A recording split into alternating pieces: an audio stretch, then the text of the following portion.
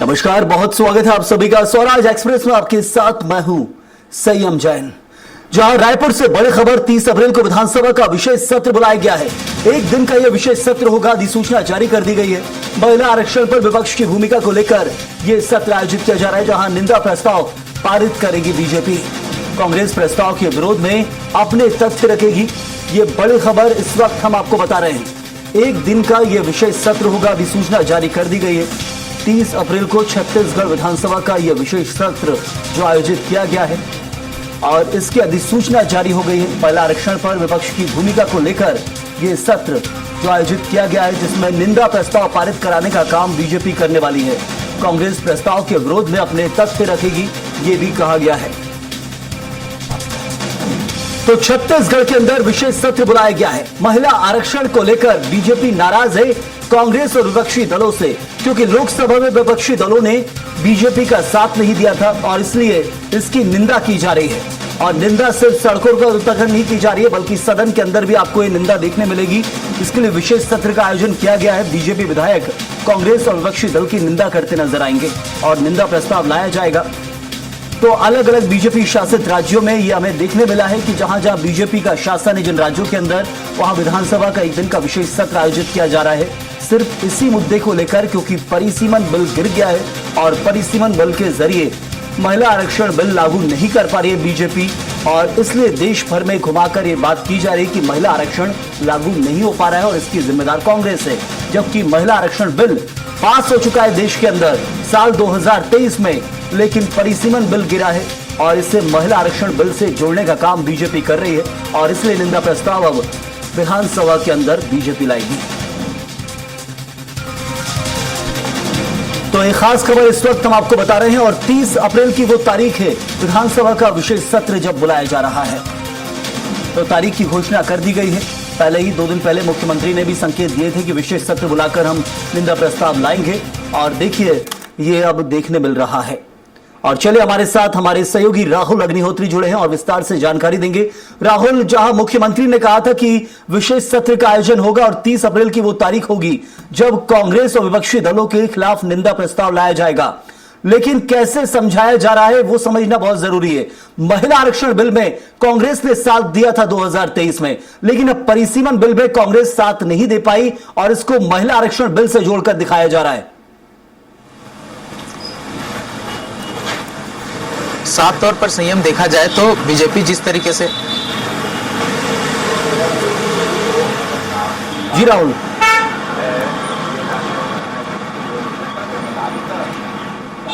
आवाज पहुंच रही है राहुल आप तक? मुझे लगता है कुछ तकनीकी दिक्कत है, हमारी आवाज वहां तक नहीं पहुंच पा रही है। लेकिन समझिए इस वक्त 30 अप्रैल की वो तारीख है जब विशेष सत्र का आयोजन किया जा रहा है और कांग्रेस सहित विपक्षी दलों के खिलाफ ये निंदा प्रस्ताव लाया जाता है। बीजेपी शासित राज्य जो है वहां ये देखने को मिल रहा है और ये आप कह सकते हैं केंद्रीय नेतृत्व की ये सोच है कि जहां जहां बीजेपी का शासन है वहां निंदा प्रस्ताव लाया जाए विधानसभा के अंदर। और राहुल, आप तक आवाज पहुंच पा रही है मेरी? जी संयम, मेरा सवाल ये कि निंदा प्रस्ताव लाने का काम बीजेपी कर रही है, क्या इससे अब जो बीजेपी चाहती है वो पूर्ति हो जाएगी क्या? तरीके से पार्टी में पूरे मुद्दे को लेकर के आगे बढ़ रही है।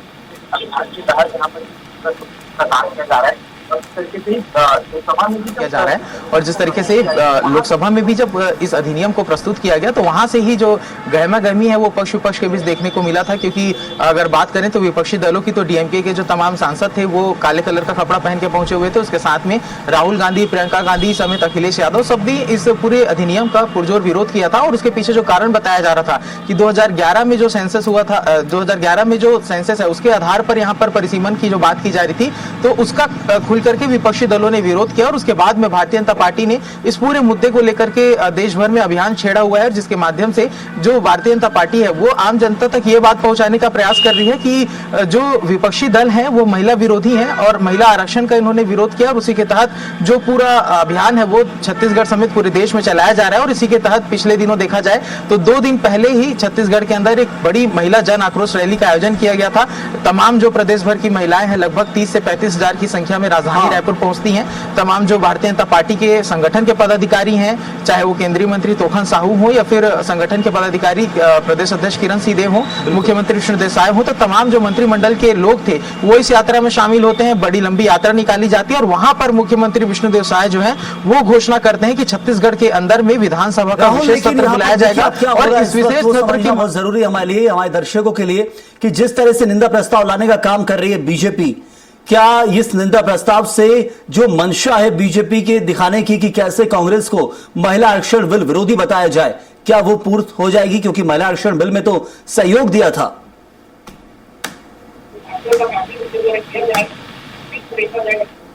किया जा रहा है और उस बीच में देखा जाएगा कि जब विधानसभा में विशेष सत्र बुलाया जाएगा तो ये विशेष सत्र में जम करके जो पक्ष विपक्ष हैं उनके द्वारा बयानबाजी देखने को मिलेगी, क्योंकि विपक्ष भी पूरे मामले को लेकर के काफी हमलावर है। संयम देखा जाए तो पूरे देश भर में जिस तरीके से कांग्रेस नेताओं का प्रतिक्रिया आ रहा है, उसके साथ में अन्य जो विपक्षी दल हैं वो लगातार विभिन्न माध्यमों से बीजेपी के ऊपर हमला बोल रहे हैं। तो ये जो अधिनियम को लेकर के जो विवाद शुरू हुआ है वो काफी गहमा गहमी तक पहुंच चुका है। इसको लेकर के सियासत लगातार तेज है। और अगर छत्तीसगढ़ के परिप्रेक्ष्य में बात करें तो छत्तीसगढ़ में जो लगातार भारतीय जनता पार्टी के खिलाफ कांग्रेस पार्टी विरोध प्रदर्शन शुरू कर चुकी है और उसी के तहत एक कल बड़ा प्रदर्शन राजधानी रायपुर के अंदर देखा गया संयम, जहां पर एक हाथ में रामचरितमानस और एक हाथ में संविधान की किताब लेकर के कांग्रेसी कार्यकर्ता जो है वो यहां पर प्रदर्शन करते हुए नजर आए। साथ में छत्तीसगढ़ के जितने भी सांसद है, पूर्व सांसद है, सबको पत्र लिख करके एक बात पूछी गई कि यदि आप लोग पूरे अधिनियम को लेकर के सच्चाई जनता तक लेकर के जा रहे हैं तो रामचरितमानस और संविधान जैसी पवित्र ग्रंथों में, पवित्र किताबों में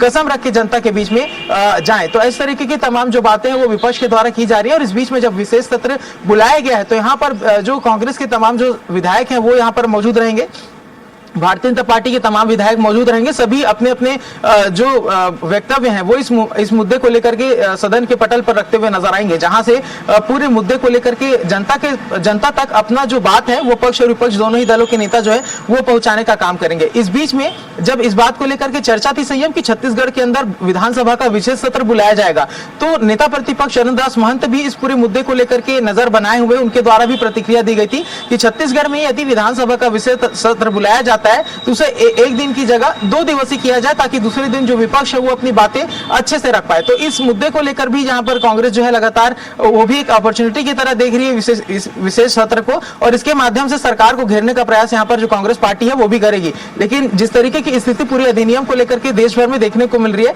तो महिलाओं के आरक्षण को कहीं ना कहीं एक बड़ी चोट पहुंची है, क्योंकि 2023 में जब विधेयक पारित हुआ था तो विधेयक पास होने के बाद से सभी जो देश भर की महिलाएं हैं जो अपनी सहभागिता राजनीति में देना चाहती हैं उनके चेहरे पर एक चमक आ गई थी, एक रास्ता खुल गया था कि आने वाले समय में 2029 के जब चुनाव होंगे तो वहां पर जो महिलाओं की सहभागिता है वो काफी बढ़ चढ़ के आएगी। लेकिन जिस तरीके से अधिनियम लाया गया और वहां पर जिस तरीके से विपक्ष ने विरोध किया, प्रधानमंत्री मोदी ने देश को संबोधित किया, यहाँ पर राहुल गांधी भी सोशल मीडिया के माध्यम से तमाम जो बातें वो जनता के बीच रखते आ रहे हैं, तो इसमें कुल मिलाकर देखा जाए तो पूरा मुद्दा जो है वो राजनीति के हत्थे चढ़ा हुआ है। और अंत में देखा जाए तो जो महिलाएं हैं उनका आरक्षण, उनका अधिकार जो है वो छीनता हुआ नजर आ रहा है संयम। और इसको लेकर के इसके साथ में देखें तो दोनों ही दल जो है वो अपने आप को महिला हितैषी बताने का भी प्रयास पूरे देश भर में कर रहे हैं, जहां पर कांग्रेस पार्टी लगातार कहते हुए नजर आई है कि उन्होंने पहली महिला राष्ट्रपति बनाया, इंदिरा गांधी जैसी प्रधानमंत्री उन्होंने देश को दिया है और लगातार महिलाओं के उत्थान के लिए काम कर रहे हैं। वहीं दूसरी ओर भारतीय जनता पार्टी को देखें तो वो भी इस बात को दोहराते हुए नजर आ रही है कि भारतीय जनता पार्टी महिला हितैषी पार्टी है, महिलाओं को अग्रणी पंक्ति में रख करके जो भारतीय जनता पार्टी है वो काम करती है। महिला मोर्चा के अलावा भी देखा जाए तो लगभग 21% जो हिस्सेदारी है वो भारतीय जनता पार्टी में महिलाओं की, ऐसी तमाम जो बातें हैं वो दोनों ही दल रखते हुए नजर आ रहे हैं। तो इस विशेष सत्र में देखा जाएगा कि दोनों ही पक्ष अपनी अपनी बातें रखते हुए नजर आएंगे और सदन का पटल एक माध्यम बनेगा जिसके माध्यम से छत्तीसगढ़ के प्रत्येक जनता, प्रत्येक महिला तक ये बात पहुंचाने का प्रयास किया जाएगा कि किस तरीके से जो भारतीय जनता पार्टी है वो अधिनियम को लाने का प्रयास कर रही थी और क्या कुछ ऐसे कारण है वो विपक्ष स्पष्ट करेगी जिसके कारण जो विधेयक है, जो अधिनियम है उसे पारित नहीं होने दिया गया। तो दोनों ही अपने पक्ष रखेंगे और इसके माध्यम से आम जनता तक के जो पिक्चर है वो थोड़ा क्लियर होता हुआ नजर आएगा। जी बहुत बहुत धन्यवाद आपका हमारे साथ जुड़ने के लिए। तो देखिए, विपक्ष जो इस वक्त निंदा प्रस्ताव विपक्ष के खिलाफ आने वाला है, मकसद सिर्फ यही है कि विपक्ष की तस्वीर उजागर की जाए आम जनता के सामने, लेकिन आम जनता को क्या समझा जा रहा है वो समझना बहुत जरूरी है।